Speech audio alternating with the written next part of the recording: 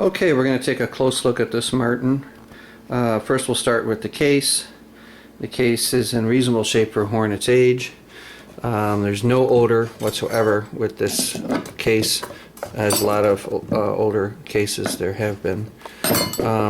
There's some lyre pieces that will go with the horn. And I got this horn from a lady who used it all through high school in the 60s. So there's a mouthpiece cap. This Martin mouthpiece, this is probably the original ligature. It has an A on it. And this is the mouthpiece I played with the horn in the video of the horn being played. It's not the mouthpiece I normally play alto with, but it's being sold with the horn. It's a Martin horn. It has teeth marks, as you can see. You can see it against my finger there. There's a teeth dent, you know, kind of a divot. And there's a slight chip. Let's see if I can get it to come up. There's an okay. There's just a slight chip right there in the facing of the horn, of the tip of the mouthpiece. And it's hard to see it completely, but it's there. You can see a little bit there, but it's real tiny. And that generally the facing is in good shape on this mouthpiece. The neck's in good shape. There's more discoloration on the neck than anywhere else on the horn, and but it has a few rough like pings on it that really don't show up in the picture. This side is smooth. It's right here at the front. There's like a small ping, and it looks a little discolored.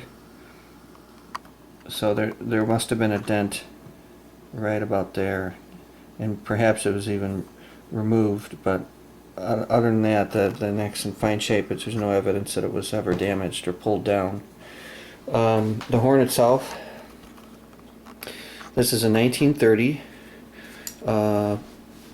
Martin Master, which is commonly called the Typewriter because of these keys here. Every key on this horn, without an exception, even the octave key, is a pearl key. So hence the nickname Typewriter. And we'll just get a couple shots of the horn. I'll go back over some detail sections in a minute. I had this horn repadded just a little while ago and played it. I've had it for a while, and I played it. I'm normally a tenor player, but I do play alto, and I have a couple Martin altos, and so this is one that I've decided to sell. Here's the other side where you can see all the keys on it as I go up and down the horn are the pearl keys. Okay, now we'll go over some specifics about the horn that I want to point out. It does have the Martin beveled tone holes.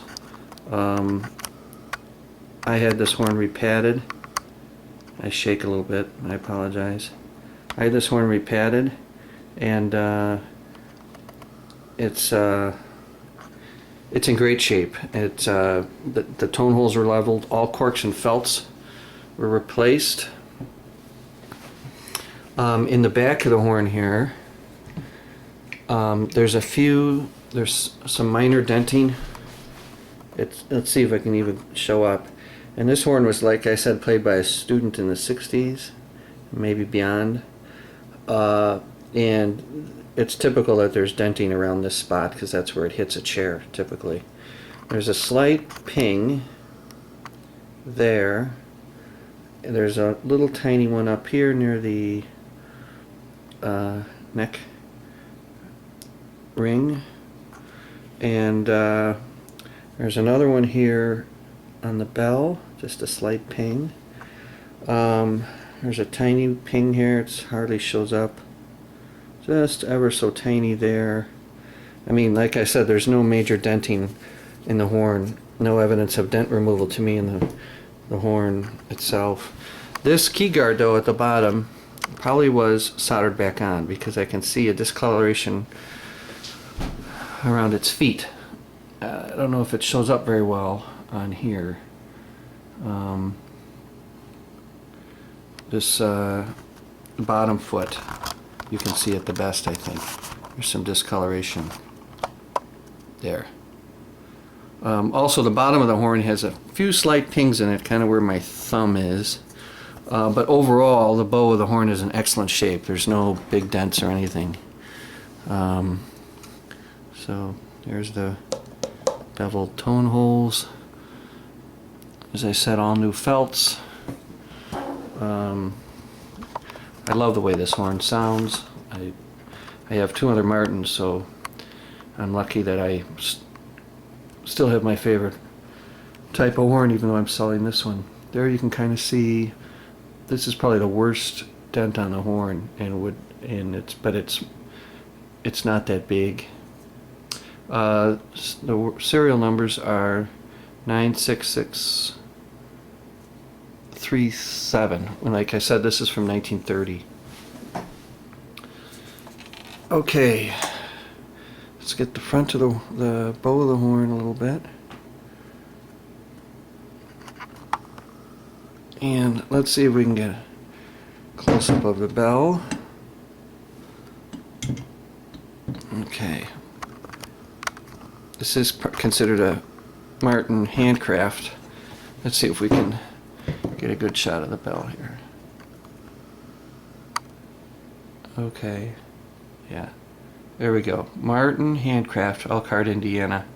And there's a slight thing there as I roll across. You can see a small ping next to the word Indiana, or IND. The scrolling is in great shape, and the engraving is in great shape. Let's see if I can get a better shot of it here. There.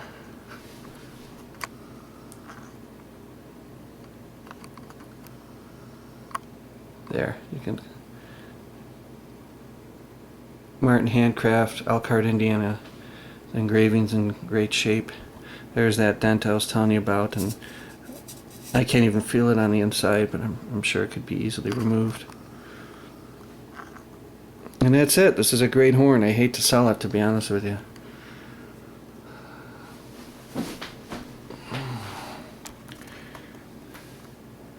I'll have to get another one someday.